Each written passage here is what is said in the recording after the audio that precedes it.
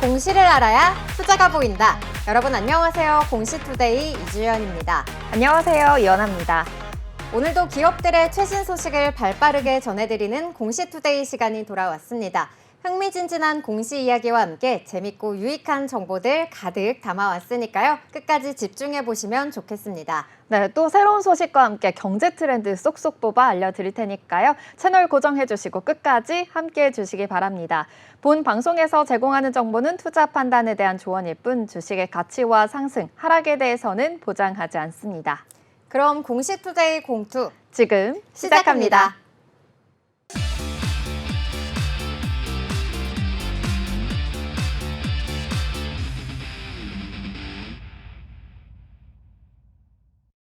네, 그럼 저희 본격적으로 공시 살펴보기 전에 8월 28일 수요일 12시 구간 지나가고 있는 현재 우리 시장 흐름 먼저 체크해 보도록 하겠습니다. 간밤 미증시는 엔비디아의 실적 발표를 앞두고 경계심과 또 기대 심리가 엇갈린 가운데 3대 지수 일제히 소폭 오른 채 마감을 했습니다. 이 다우 지수는 2거래일 연속 사상 최고치를 기록했고요. 엔비디아와 애플을 포함한 빅테크들과 또 브로드컴, 퀄컴과 같은 반도체주들도 강세를 보였습니다. 이에 우리 시장 좀 제한된 거래량 속에 시총 상위주 이 반도체주를 중심으로 반등을 다시 한번 시도할 것이라는 전망이 나왔는데요. 먼저 코스피 지수 살펴보시면은 오늘 강보합으로 출발한 뒤 빠르게 하락 전환을 하면서 마이너스권에서 움직이고 있습니다. 4거래일 연속 약세 흐름을 이어가는 가운데 현재 구간에서는 0.52% 빠진 2675선 지나가고 있습니다. 수급 살펴보시면은 외국인 오늘도 4거래일 연속 팔아내고 있습니다. 장 초반에 비해 매도 규모를 확대하면서 현재는 1,831억 원 물량 덜어내고 있고요. 기관은 5거래일 연속 매수 우위 보이고 있습니다. 오늘 9시 반 기점으로 매도에서 매수로 전환을 하면서 현재 332억 원 물량 담아내고 있습니다. 다음으로 시가총액 상위주 흐름 살펴보시면은 현재 반도체 투톱 파란불을 켜내고 있습니다.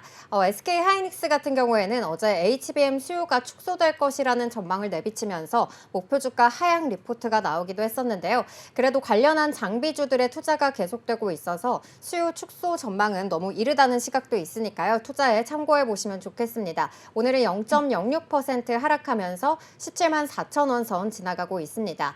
이어서 삼성 바이오로직스 전일장에서 52주 신고가 경신하는 흐름 나왔는데요. 오늘도 100만 원 선 돌파하면서 황제주 굳히기에 나설 수 있을지 장 막판까지 지켜보시면 좋겠습니다. 현재는 2.47% 강세로 움직이고 있고요. 현대차는 오늘 인베스터데이 일정에 이목이 쏠리고 있는데요. 주주환원 정책과 또 인도 IPO 관련해서 나올 발표에 따라서 주가의 움직임이 예상되고 있으니까요. 관련한 내용들 면밀히 살펴보시면 좋겠습니다. 현재 강보합에서 움직이고 있습니다. 네, 이어서 코스닥도 살펴보도록 하겠습니다. 코스닥도 마찬가지로 미국의 훈풍을 그대로 받아들이지 못하는 흐름 이어지고 있습니다. 그래도 약보합으로 지나고 있는데요. 지금 현재 0.35% 하락하며 762포인트 지나고 있습니다. 이어서 수급 상황도 살펴보도록 하겠습니다. 외국인과 기관 동반 팔자세 이어지고 있습니다. 외국인은 3거래 연속 팔자세 이어지고 있고요. 기관이 6거래일째 매도 우위 보이고 있습니다. 그래도 금액 자체가 크지 않다는 점 포착해 보시기 바랍니다. 오늘도 보안 관련된 종목들 강세입니다. 신시웨이 상한가 향하고 있고요. 지지캡도 16%, 플랜티넷 15% 강세 흐름 이어지고 있습니다. 이어서 시가총액 상위 종목들 살펴보도록 하겠습니다. 금리 인하 기대감으로 인해서 바이오 업종 투자 심리가 개선된 것으로 이어집니다. 오늘 알테오젠이 코스닥 시장 시가총액 1위로 올라왔습니다. 지금 현재 2.38% 상승하며 32만 2,500원 지나고 있습니다. 그리고 오늘 HLB 또한 또 1%대 강세 흐름 이어지고 있고요. 에코프로 그룹주들은 다소 쉬어가고 있습니다. 2차 전지주 1%대 쉬어가는 흐름 이어지고 있고 엔캠도 2%대 하락세 이어지고 있습니다. 내일 엔비디아 실적 발표를 앞두고 있는 현재의 시점입니다. 오늘 투자 전략 잘 세워보시기 바랍니다. 네, 그럼 저희는 여기까지 현재 시장 흐름 체크해 봤고요. 그럼 코스피 시장에 올라온 공시부터 살펴보도록 하겠습니다. 먼저 셀트리온 저희가 지난 8일이었죠. 이렇게 2분기 실적 공시를 통해서 각 파이프라인 부문별 매출과 또 하반기 전망에 대해서 알아봤었는데요. 올 2분기 셀트리온 매출액은 전년 동기 대비 66.9% 성장을 하면서 창사 이래 최대 분기 실적을 기록했다고 전해드렸습니다. 이렇게 좋은 실적을 기록한 데 있어서는 이 주력 사업인 바이오시밀러 사업의 호조 덕분이라고 할 수 있겠는데요. 이 바이오시밀러 사업 같은 경우에는 매출액이 전년 동기 대비 103.6% 성장한 7,740억 원을 기록했습니다. 이러한 가운데 지난 26일에는요, 자가 면역 질환 치료제인 이 스텔라라의 바이오시밀러인 스테키마가 유럽연합 집행위원회로부터 품목 허가를 획득했다는 소식이 전해졌는데요. 계속해서 좀 호재가 겹겹이 쌓여가고 있는 듯한 느낌입니다. 그럼 먼저 공시부터 살펴보도록 하겠습니다. 셀트리온은 지난 26일 스텔라라 바이오시밀러인 스테키마라는 제품에 대해 유럽연합 집행위원회로부터 최종 판매 허가를 획득했다고 공시했습니다. 스텔라라는 세계적 제약사 얀센이 개발한 자가 면역질환 치료제로 스테키마의 이번 품목 허가도 판상형 건선, 건선성 관절염, 크론병 등 오리지널 의약품의 주요 적응증을 대상으로 이뤄졌다고 밝혔습니다. 이번 허가를 통해 셀트리온은 유럽 30개국 대상에 대한 판매 승인을 받으면서 유럽 전역에 스테키마를 판매할 예정입니다. 네, 이렇게 자가 면역 질환 치료제 스테키마가 유럽에서 품목에 대한 허가를 받으면서 셀트리온의 글로벌 시장 점유율 또한 좀 커질 것으로 좀 예상이 되는데요. 이번 허가는 또 어떤 의미를 갖는 걸까요? 네, 우선 지난 6월 말 이렇게 유럽 의약품청 산하약물사용자문위원회로부터 이 승인 권고 의견을 받은 지 약 2달 만에 이렇게 최종 허가가 나게 된 건데요. 2달 전 전문가들이 이 약에 문제가 없다고 권고한 이후에 이제 유럽에서 판매할 수 있는 최종 허가를 받게 된 겁니다. 이 스테키마가 유럽에서 품목 허가를 받음으로써 셀트리온은 자가 면역 질환 치료제 영역에서 탄탄한 포트폴리오를 구축하게 됐다고 볼 수가 있겠는데요. 앞서 출시된 램시마, 이 진펜트라로 불리는 램시마 SC, 유플라이마 등 이 종양 괴사인자 억제제 제품군에 더해서 인터루킨 억제제 스테키마도 허가를 받으면서 치료 대상 환자 범위는 더욱더 확대될 전망입니다. 스텔라라는 염증성 신호 전달 물질의 한 종류인 인터루킨 활성을 억제하는 의약품인데요. 이 스테키마는 이 스텔라라의 바이오 시밀러로서 오리지널 의약품과 동등한 효능을 가지면서도 비용 절감 효과를 제공할 수 있다는 점이 강점으로 작용을 하고 있습니다. 셀트리온은 이번 스테키마의 허가로 인해서 제품 포트폴리오를 강화하고요. 또 우스테키누맙을 비롯한 글로벌 자가 면역 질환 치료제 영역에서도 시장 공략의 속도를 좀 올릴 계획입니다.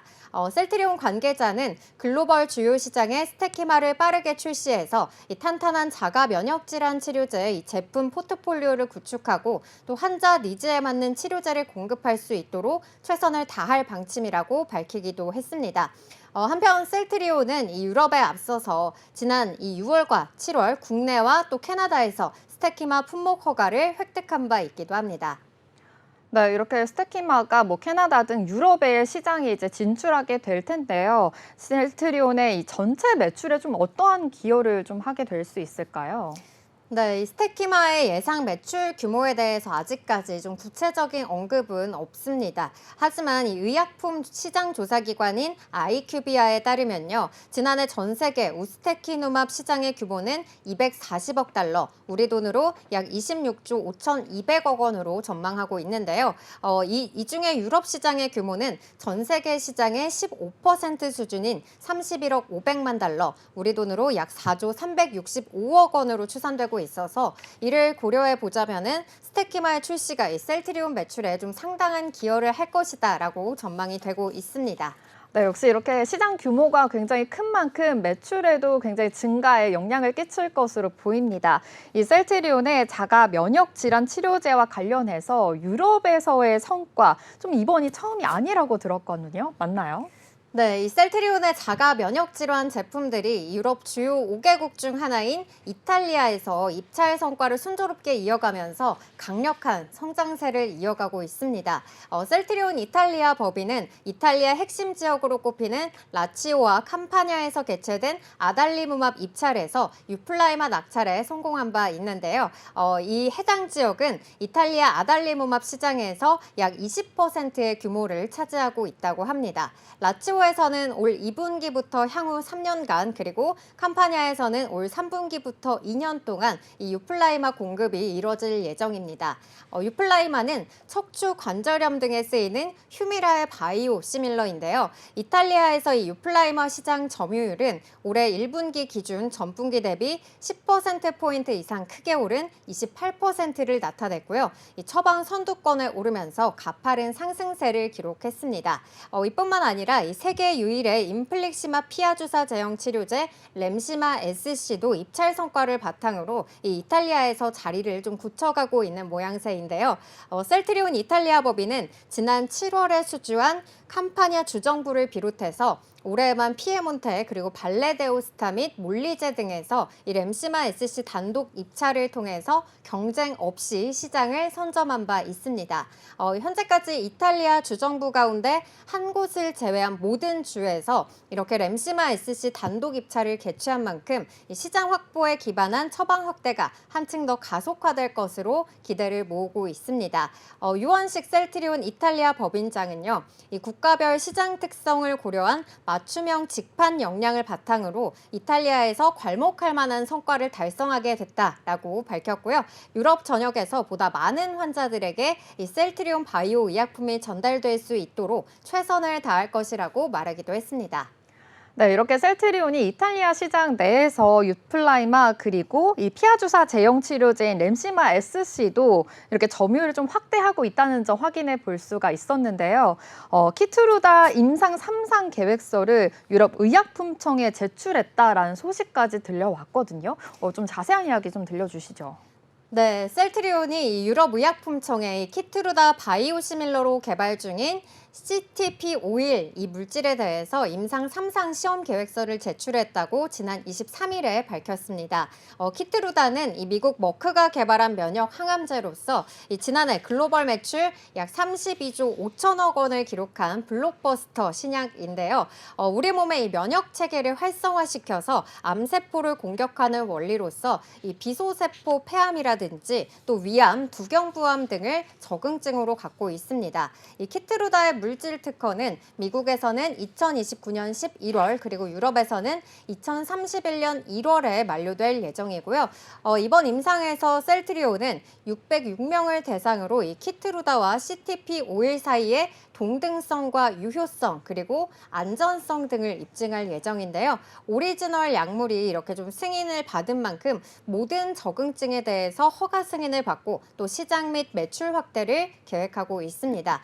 여기까지 셀트리온 스텔라라 바이오시밀러와 또 스테키마의 유럽 최종 판매 허가 획득 소식과 또 바이오시밀러 임상 3상 계획 제출 소식까지 다양하게 살펴봤습니다.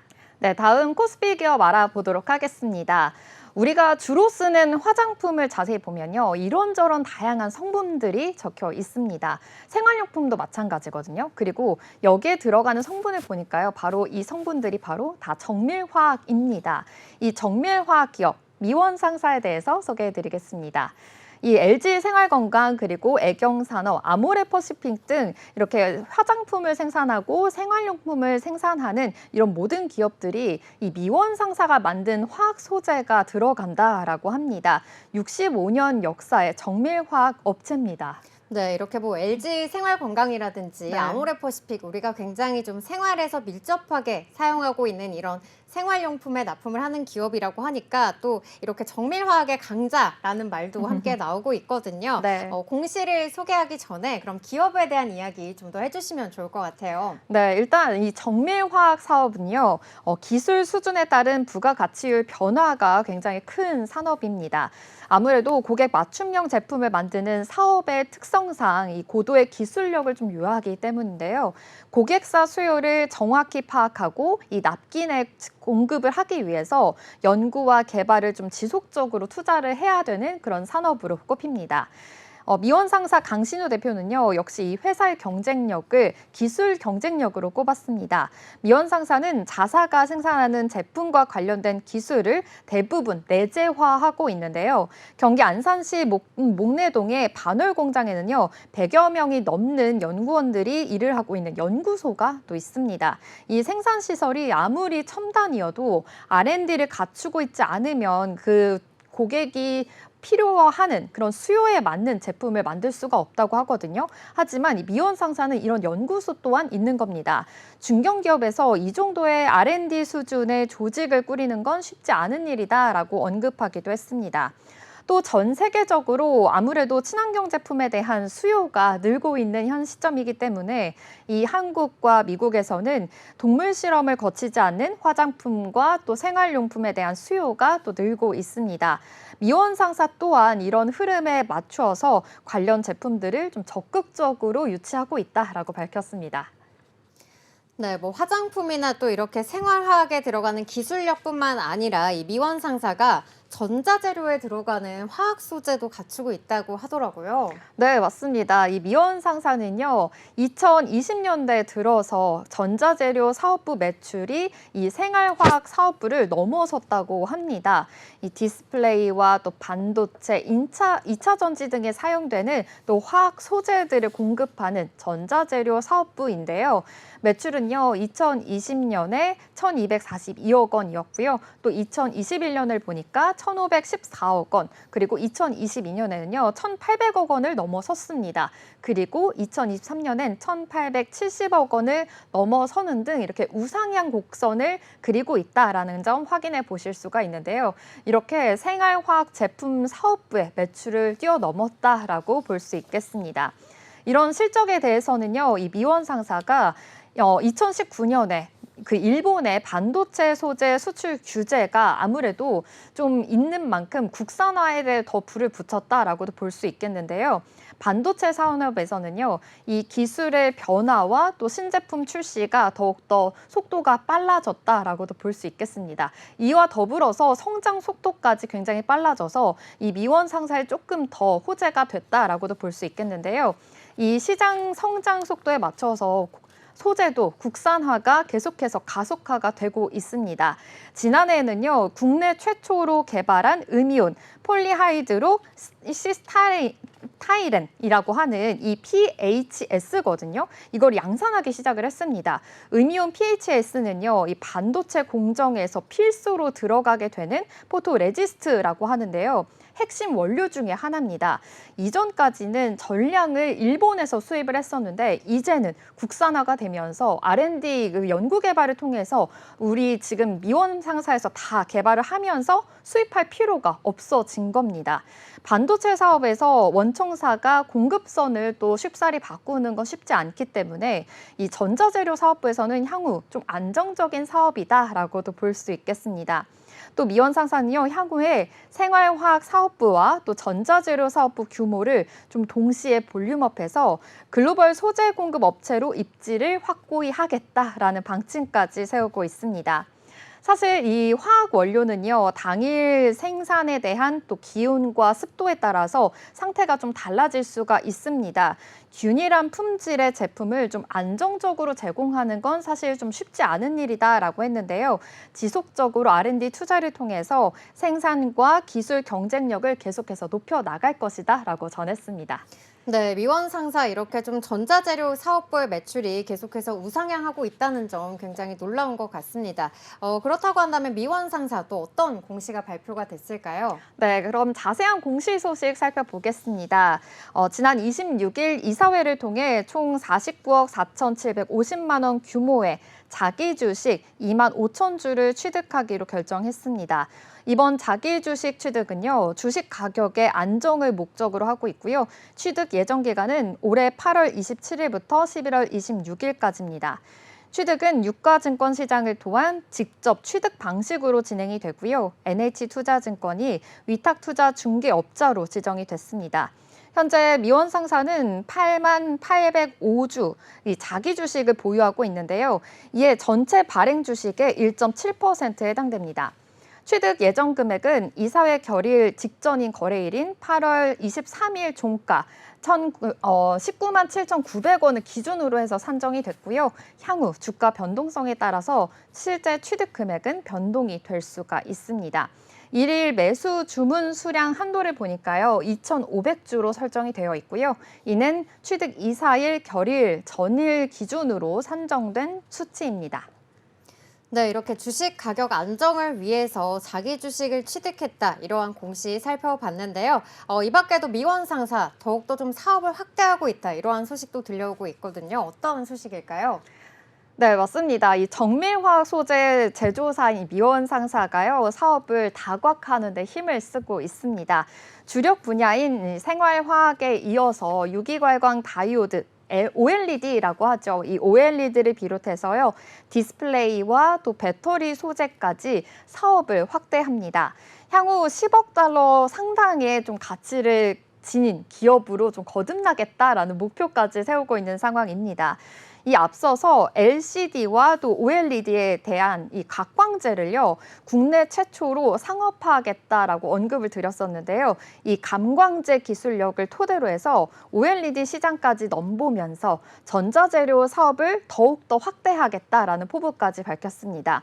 이 전액 첨가제와 그리고 바인더를 필두로 하는 배터리 소재 부문에서는요, 셀 제조사와의 이 전략적 파트너십을 더욱더 강조를 했는데요. 한국의 배터리 생태계는 좀 독보적이고요. 그 배터리 셀 업체들은 아무래도 이 중국 경쟁사들과 함께 3대 셀 제조사로 또 존재감을 계속해서 발휘하고 있습니다. 배터리 셀 회사와의 협력을 통해서 제품 개발을 계속해서 진행할 것이고 사업 또한 확장하겠다라고 회사는 밝히고 있습니다. 미원 상사 대표는요, 이 고객사를 또 늘리겠다라고 밝혔는데요. 매출의 30에서 40%가 해외에서 발생하는 만큼 이 고객 다각화가 굉장히 중요하다라고 말을 했습니다. 첫째, 이 1차 기업과의 협업 또한 최우선으로 생각하고 있고, 둘째는 일본 고객들을 좀 더 확보할 계획이고요. 세 번째는 이 미국에 기반을 둔 주요 기업에 따라서 좀 유치하는 데 중점을 두겠다라고 설명했습니다. 요즘 미중 무역 분쟁이 또 일어나고 있고요. 미국의 IRA 영향으로 인해서 조금 불안한 상황이 이어지고 있습니다. 아무래도 이 기회이자 좀 위험이지 않을까라고 미원 상사는 파악을 하고 있는데요. 또 오는 11월에 대선을 또 앞두고 있잖아요. 이 공화당 대선 후보인 도널드 트럼프 전 대통령이 이 미국을 중심으로 공급망을 재편하는 이 인플레이션 감축법 IRA의 폐기를 좀 거론하고 있으면서 미원 사사는 조금 더 불안한 상황인 것 같은데요. 만약 폐기가 된다면 이 배터리 업체들은 아무래도 보조금을 좀 받지 못하는 상황이 있기 때문에 미국 투자를 좀 망설일 수가 있는 그런 상황입니다. 현지 기회에 공급을 노렸던 미원 상사에서도 아무래도 좀 악재로 적용할 가능성이 있다라고 파악을 하고 있습니다. 그래도 이 미원 상사는요, 생활화학 사업이 여전히 강력한 또 캐시카우이기 때문에 향후 제품 포트폴리오를 좀 더 늘려서 경쟁력을 강화하겠다, 좀 이에 대해서 맞서 싸우겠다라는 방침까지 내세우고 있습니다. 그럼 오늘의 미원 상사 현재 흐름 체크해 보도록 하겠습니다. 오늘 1.47% 하락하면서 다소 소폭 하락하는 모습 보여지고 있는데요. 20만 1,000원 지나고 있습니다. 네, 그럼 지금까지 미원 상사 소개와 또 기업 공시 살펴봤습니다. 네, 미원 상사 이렇게 뭐 생활화학 소재뿐만 아니라 뭐 전자재료 사업이라든지 또 최근에는 디스플레이 또 배터리 소재까지 이렇게 좀 사업을 다각하고 있어서 앞으로의 또 소재 기업으로서의 도약 지켜보시면 좋을 것 같습니다. 그럼 저희는 여기까지 살펴본 코스피 기업 2개 공시에 대한 요약해보도록 하겠습니다. 네, 먼저 셀트리온 공시입니다. 셀트리온은 지난 26일 스텔라라 바이오시밀러인 스테키마라는 제품에 대해 유럽연합 집행위원회로부터 최종 판매 허가를 획득했다고 공시했습니다. 스텔라라는 세계적 제약사 얀센이 개발한 자가면역 질환 치료제로 스테키마의 이번 품목 허가도 판상형 건선, 건선성 관절염, 크론병 등 오리지널 의약품의 주요 적응증을 대상으로 이뤄졌다고 밝혔습니다. 이번 허가를 통해 셀트리온은 유럽 30개국 대상에 대한 판매 승인을 받으면서 유럽 전역에 스테키마를 판매할 예정입니다. 또 셀트리온은 지난 23일 유럽의약품청에 키트루다 바이오시밀러로 개발 중인 CTP51 물질에 대해 임상 3상 시험 계획서를 제출했다고 밝혔습니다. 이번 임상에서 셀트리온은 606명을 대상으로 키트루다와 CTP51 사이의 동등성과 유효성, 안전성 등을 입증할 예정인데요.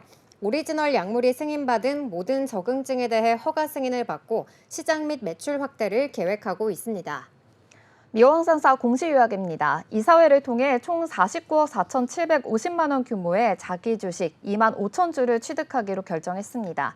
이번 자기 주식 취득은 주식 가격의 안정을 목적으로 하며 취득 예정 기간은 올해 8월 27일부터 11월 26일까지입니다. 취득은 유가증권 시장을 통한 직접 취득 방식으로 진행되며 NH투자증권이 위탁 투자 중개업자로 지정됐습니다. 현재 미원 상사는 8만 805주의 자기 주식을 보유하고 있으며 이는 전체 발행 주식의 약 1.7%에 해당합니다. 정밀화학 소재 제조사 미원 상사가 사업 다각화에 힘을 쓰고 있습니다. 주력 분야인 생활화학에 이어서 유기발광 다이오드, OLED를 비롯해 디스플레이와 배터리 소재까지 사업을 확대했습니다. 향후 10억 달러 상당 가치를 지닌 기업으로 거듭난다는 목표입니다.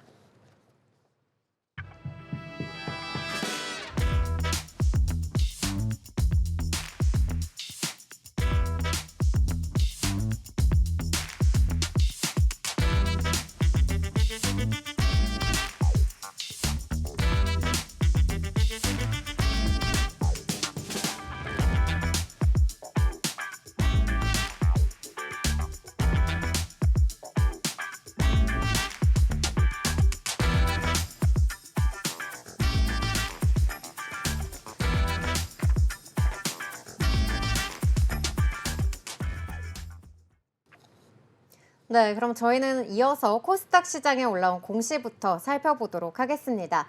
본격적인 이야기 시작해보기 전에 연아 씨 혹시 VR 체험이나 AR 체험 혹시 해보신 적 있으실까요? 이게 요즘 관광지 놀러 가면 VR 안경을 쓰고 이제 그 관광지를 탐험하는 그런 또 체험관들이 있더라고요. 그래서 오. VR 체험은 해본 적이 있습니다. 네, 저도 요즘에 이 오락실에 가면은 아. 이렇게 안경을 쓰고 네. 이렇게 총을 쏜다든지 뭐 칼싸움을 한다든지 그런 게임들이 있더라고요. 저도 그래서 이러한 게임들을 한번 해본 적이 있는데 요즘에 굉장히 또 게임에서 이런 AR이라든지 XR이 많이 접목이 되고 있는 만큼 이 글로벌 빅테크 업체들에서도 이 XR 시장을 선점하기 위한 경쟁이 굉장히 치열해지고 있다고 합니다. 요즘에 이렇게 좀 보급형 XR 기기 시장의 선점 경쟁이 더욱더 치열해지고 있는 모습인데요. 이 메타와 애플, 또 일본의 소니, 중국의 바이트댄스 산하 기업인 피코는 지난 10일에 XR 기기를 내놨다고 하는데요. 이렇게 XR 그리고 AR 시장이 커지면서 실제감 있게 표현하기 위한 디스플레이 기술과 또 많은 양의 정보를 빠르게 전달하기 위한 칩, 그리고 또 그 안에 들어갈 콘텐츠까지 다양한 기업들의 기술 개발 소식도 들려오고 있습니다. 이러한 가운데 이 팹리스 기업인 사피엔 반도체의 수주 공시가 발표가 됐는데요. 먼저 공시 내용부터 살펴보도록 하겠습니다. 사피엔 반도체는 지난 26일 미국 글로벌 빅테크 기업과 디스플레이 구동칩 공동 개발 및 공급 계약을 체결했다고 밝혔습니다. 계약 규모는 약 48억 원이며 최근 매출액의 149%에 해당하고요. 계약 기간은 2024년 8월부터 2025년 10월까지인 걸로 발표했습니다. 네, 이렇게 사피엔 반도체 이번 공시 살펴보니까요. 디스플레이 구동칩을 공동으로 개발하고 공급 계약까지 한다라고 명시가 되어 있는데요. 그런데 이번 계약에서 좀 이례적인 부분이 있다면서요. 네, 이 디스플레이 제품 개발의 공급 체계는 이 디스플레이 구동칩 전문 기업이 이 디스플레이 엔진 제조 기업을 통해서 세트 기업인 빅테크에 공급하는 것이 일반적인데요. 그러나 사피엔 반도체 이번 계약은 이 빅테크 기업이 필요한 사양을 공동으로 개발해서 엔진 기업에 연결해주는 구조로서 엔진 제조 기업을 거치지 않은 직접 계약이라는 점에서 상당히 의미가 있다고 볼 수 있겠습니다. 이번 계약은 사피엔 반도체가 보유하고 있는 마이크로 픽셀 드라이버, 이 MIP 구동 기술 특허, 그리고 또 다수의 특허 기술에 기반한 설계 기술을 인정받아서 성사된 건데요. 여기에서 마이크로 픽셀 드라이버, 즉 MIP는 화소 영상 정보를 저장할 수 있는 메모리를 내장한 디지털 구동 방식을 뜻하고요. 이 10비트 이상의 SRAM 메모리 기반의 디지털 구동으로 능동형 픽셀 회로를 구현한다고 알려져 있습니다. 사피엔 반도체는 전력 소모를 최대 75% 줄이고 또 화소 사이즈를 38% 작게 만드는 이 마이크로 픽셀 드라이버 기술을 바탕으로 해서 AR 글라스용 고성능 디스플레이 구동 칩을 세계 최초로 개발하는 데 성공한 바 있기도 합니다. 사피엔 반도체는 마이크로 LED 디스플레이 구동칩 분야에서 글로벌 시장에서의 인지도가 이미 높은 걸로 알려져 있는데요. 약 160개 글로벌 특허를 보유하고 있고요. 지난 6월부터 연이어서 총 3건의 글로벌 계약을 체결을 했고요. 또 추가적으로 2건의 계약도 앞두고 있는 상황입니다. 사피엔 반도체 이명희 대표는 국내 팹리스로서 올해 이미 수주한 2건을 포함해서 이 세계적인 기업과 공동 개발 및 공급 계약을 통해서 글로벌 시장을 이끄는 사피엔 반도체 기술력을 가시적으로 입증했다라고 밝히기도 했고요. 또 AI 그리고 AR 스마트 안경을 비롯한 이 차량용 디스플레이 등 폭발적으로 성장하는 이 마이크로 LED 디스플레이 구동칩 산업의 글로벌 리더로서 자리매김할 것이라고 밝히기도 했습니다. 네, 이렇게 사피엔 반도체, 마이크로 LED 디스플레이 구동칩 분야에서 굉장히 인지도가 높은 기업이다 이렇게 말씀도 해주셨고요. 또 추가적으로 계약까지 앞두고 있으니까 아무리 사실만 봐도 굉장히 사피엔 반도체 기술력이 뛰어나다는 점이 좀 실감이 나는 것 같습니다. 그리고 160개 글로벌 특허까지 가지고 있다는 네. 점이 굉장히 또 대단하다라는 생각까지 드는데요. 그렇다면 이번 공시에서 밝힌 이 디스플레이 구동칩 기술은 어떤 기술일까요? 네, 먼저 이 기사에 따르면요. 이번 사피엔 반도체 공급 계약은 초소형 그리고 AI, AR 스마트 안경에 탑재되는 이 레도스 디스플레이 구동칩을 공동으로 개발하고 공급한다는 건데요. 이 사피엔 반도체는 레도스라 부르는 증강현실용 소형 디스플레이 패널을 제작할 때 필요한 회로와 기판을 만들어서 판매하고 있습니다. 레도스는 이 실리콘 기판 위에 마이크로 발광 다이오드를 형성한 건데요. 이 밝기와 수명 측면에서 이점이 있다고 밝혀져 있습니다. 반면에 이 레도스의 경우에는요, 마이크로 LED의 이 레드 색상의 효율이 조금 떨어지고 또 미세한 칩을 이렇게 기판 위로 올리는 등 좀 기술적 난제를 극복하기 위한 연구가 좀 활발하게 이루어지고 있는 상황입니다. 반도체도 우리가 미세화될수록 공정도 굉장히 좀 까다롭고 수요를 또 높이기가 쉽지 않은 것처럼 이 분야에서도 마찬가지라고 볼 수 있겠는데요. 이 초소형 AI, AR 그리고 스마트 안경의 마이크로 LED 디스플레이는 이 10,000 픽셀 퍼 인치 이상의 0.1에서 0.2인치 크기의 선호가 되고 있어서 굉장히 상당한 좀 기술력이 필요하다고 할 수 있겠습니다. 이 AR 글라스는요, 또 크기가 작고 그리고 우리가 야외에서 쓰기 때문에 휘도가 높고 또 초소형으로 제작할 수 있는 마이크로 LED가 주로 들어가게 되는데요. 이 마이크로 LED의 전력 소모가 상대적으로 적다는 점도 이 휴대용 제품인 AR 글라스의 이점으로 작용하고 있습니다. 사피엔 반도체가 개발한 이 마이크로 LED 디스플레이 구동칩은 보급형 AI, AR 안경에 장착돼서 상용화될 예정이고요. 디스플레이 구동칩 샘플 공급은 내년 상반기에 이루어질 전망입니다. 외신에 따르면은 이번 사피엔 반도체와 계약을 맺은 이 빅테크 기업은 다음 달 AR 글래스 신제품을 선보일 예정이라고 하는데요. 공개 제품은 일반 판매자에게는 이렇게 판매되지가 않고요. 일부 개발자와 그리고 파트너사를 대상으로 배포될 계획이라고 합니다. 네, AR 글래스 사실은 좀 상상 속에서만 있었던 그런 제품인데 그래도 이제 출시가 될 예정이라고 하니까 좀 기대가 되는 것 같습니다. 사피엔 반도체 마이크로 LED 이 구동칩 기술에 대해서 좀 알아봤고요. CEO가 직접 이 하반기 수주를 앞두고 있다라고 밝히기도 했는데요. 좀 이 부분에 대해서 같이 설명해 주시면 좋을 것 같습니다. 네, 이명희 사피엔 반도체 대표는요, 지난 14일 올해 100억 원대 매출을 달성하고 내년에는 흑자 전환하는 것이 목표라고 밝혔는데요.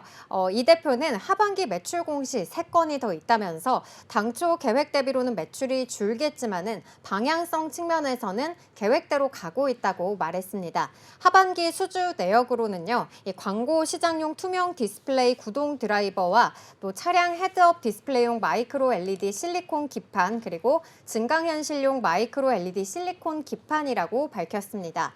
또한 이 대표는 이 마이크로 LED가 들어가는 증강현실 글라스와 자동차 디스플레이에 들어가는 이 디스플레이 구동칩 시장을 집중적으로 공략할 계획이라고 밝히기도 했습니다.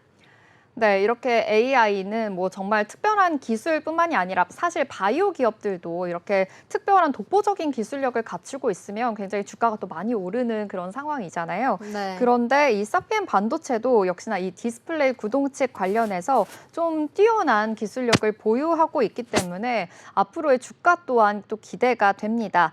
증권가에서는 이 사피엔 반도체에 대해서 어떻게 바라보고 있는지도 궁금합니다. 네, 증권업계에서는 이 사피엔 반도체가 내년 하반기 좀 본격적인 제품 공급을 시작하면은 매출이 급격하게 늘어날 것으로 전망을 하고 있습니다. 증권업계 관계자는 빅테크 기업이 1,000만 대를 판매를 한다고 한다면은 이 사피엔 반도체 매출액이 2천억 원 수준까지 늘어날 수 있다고 보고 있는데요. 한국 디스플레이 산업협회 보고서에 따르면은 이 마이크로 LED 시장은 올해부터 2031년까지 약 6조 4,914억 원 규모로 증가할 것으로 전망한다고 발표한 만큼 앞으로 사피엔 반도체의 성장도 함께 이루어질 거라고 시장에서는 내다보고 있습니다. NH투자증권에서는 이 사피엔 반도체에 대해서 글로벌 AR 시장 확대의 최대 수혜주라고 진단하기도 했는데요. NH투자증권에 따르면은 현재 XR 관련 업체들과 제품을 개발을 하고 있고 또 중장기적으로 AR 안경 시장 확대의 최대 수혜 업체라고 판단한다면서 이 미래의 디스플레이는 OLED를 실리콘 위에 증착한 올레도스와 그리고 LED를 실리콘 위에 모듈화한 레도스로 좁혀지는 상황으로 이에 따른 수혜가 전망된다고 밝히기도 했습니다. 이어 현재까지는 주로 연구개발 매출에 의존하고 있어서 올해는 적자가 불가피하지만 이 내년에는 일부 모델 양산이 시작되면서 턴어라운드할 전망이라고 밝혔는데요. 특히 XR 시장을 견인할 미국 업체들과 중화권 업체 모두 고객사로 확보하고 있고 대당 약 20달러에서 30달러 수준의 매출과 그리고 30% 이상의 마진이 기대가 돼서 중장기 이익 성장 또한 가파를 것이라고 내다보고 있습니다. 사피엔 반도체 측에서도요, 이 마이크로 LED 시장이 이제 막 열렸기 때문에 좀 이렇다 할 주도 기업이 없다면서 메타뿐만 아니라 애플도 AR 글라스 개발에 나서면서 이 사피엔 반도체가 개발한 저전력 그리고 고성능 디스플레이 구동칩에 대한 관심이 커지고 있다고 밝히기도 했습니다. 여기까지 사피엔 반도체의 수주 공시와 더불어서 또 이 사피엔 반도체 마이크로 LED 관련한 기술들까지 자세하게 짚어봤습니다. 네, 다음 코스닥 기업 공시 살펴보도록 하겠습니다. 제가 준비한 또 기업은요, CQ센입니다. 좀 앞서 또 AR 그런 제품 관련된 기업을 또 소개해 주셨는데 이렇게 가상현실 관련해서는 아무래도 좀 보완도 굉장히 또 필요한 것 같습니다. 네. 최근에 또 딥페이크 관련해서도 안 좋은 이슈들이 있었잖아요. 네. 딥페이크를 활용한 이 성범죄가 학생들 사이에서 급격하게 확산이 되고 있는 상황입니다. 경찰청 국가수사본부는요, 이달 28일부터 내년 3월 31일까지 7개월 동안 딥페이크 성범죄 관련 특별 집중 단속을 실시한다라고 밝혔는데요. 딥페이크 성범죄를 좀 적극적으로 단속을 해서 딥페이크 제작부터 유포까지 철저하게 추적을 해서 검거할 방침이다라고 이야기가 됐습니다. 좀 상황이 심각합니다. 어제 윤석열 대통령도 최근 확산되고 있는 이 딥페이크 영상물과 관련해서 명백한 범죄라고 규정했고요. 또 실태 파악과 철저한 수사를 또 지시하기도 했습니다. 어제 이렇게 보안 관련된 이슈로 인해서 종목들이 함께 급부상했었는데요. 어제 디지캡과 또 한싹, 샌드랩은요 상한가를 향하기도 했었고요. 모니터랩도 26% 급등세 보이기도 했습니다. 오늘 또한 같이 함께 상승세 이어가고 있는 흐름인데요.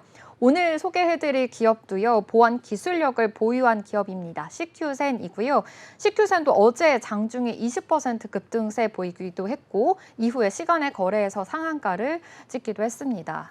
네, 이렇게 딥페이크 제작이 쉬워지면서 이 청소년들의 범행이 특히나 늘고 네. 있는데요. 저도 좀 제가 애정하는 프로그램 중에서 그것이 알고 싶다 해서 또 이 딥페이크를 이용한 보이스피싱 범죄가 어떻게 좀 이루어지고 있는지에 대한 그러한 방영 회차를 좀 살펴보기도 했었는데 굉장히 좀 무섭고 또 네. 화가 나기도 하더라고요. 좀 수사가 정확하게 좀 잘 이루어졌으면 하는 바람입니다. 네. 그렇다면 CQ센 좀 어떠한 기업인지 더 자세하게 알 수 있을까요? 네, CQ센에 대해서 좀 더 자세하게 살펴보도록 하겠습니다. 먼저 보안 솔루션과 또 컨설팅 서비스를 주요 사업으로 영위하고 있는 그런 기업입니다. 이 CQ센은요, 인공지능 기반으로 해서 바이오 인증, 그리고 보안 플랫폼 전문 기술력이 뛰어난데요. 2012년에는 바이오 정보 기반 이 본인 확인과 또 정자 서명 특허를 등록을 하면서 본격적인 사업 영역을 확장을 했습니다. 핀테크 보안 기술 전문 업체로 2015년에는요, IT센 이 계열사로 편입이 되면서 모바일 보안 전문 업체인 바른소프트기술과 합병을 했습니다. 그리고 시스템 통합 사업자 IT센의 자회사가 된 건데요. 이 매출 대부분이 모바일 서비스와 그리고 솔루션 부분에서 발생을 하고 있습니다.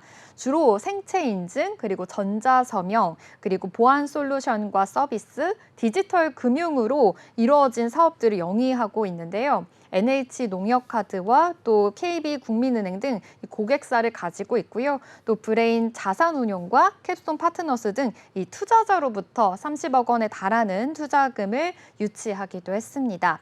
또 쌍용 정보통신과 콤텍 시스템 등 이 그룹 계열사와의 협업을 통해서 디지털과 클라우드 전환 사업의 또 수주를 확대하기도 했고요. 올해 초에는요, 이 인공지능 테마주로 좀 투자자들의 투심이 몰리면서 CQ센 주가가 9% 또 급등하는 일도 있었습니다. 굉장히 또 인공지능 테마주로 수혜를 봤다라고도 풀이가 될 수 있겠고요. 지난달 20일에는요, 미국 사이버 보안 업체 클라우드 스트라이크가 배포한 이 보안 소프트웨어가 마이크로소프트의 운영체제와 충돌하면서 이 전 세계 항공과 통신 금융 서비스가 마비되는 그런 사건이 있었잖아요. 이때 그 전 세계 850만 대 기기가 좀 영향을 받았었는데요. 이때도 이 CQ센의 주가가 5% 가까이 상승하기도 했습니다. 네, 바이오 기반으로 해서 이렇게 본인 확인이라든지 전자 서명 등 이렇게 보안 플랫폼을 이렇게 바탕으로 하고 있으니까 참 이 AI 시대에 걸맞게 굉장히 필요한 기업이 아닌가 하는 생각이 듭니다. 그렇다면 이번 공시 내용은 또 어떤 내용일까요? 네, 공시도 한번 자세히 살펴보도록 하겠습니다. CQ센은 삼성 SDS와 22억 9,900만 원 규모의 한국산업은행 글로벌 표준 뱅킹 시스템 재구축, 개정계 및 이 리스크 관리 개발에 계약을 체결했습니다. 최근 매출액 대비 14.17% 규모이고요. 계약 기간은 2027년 4월 12일까지입니다.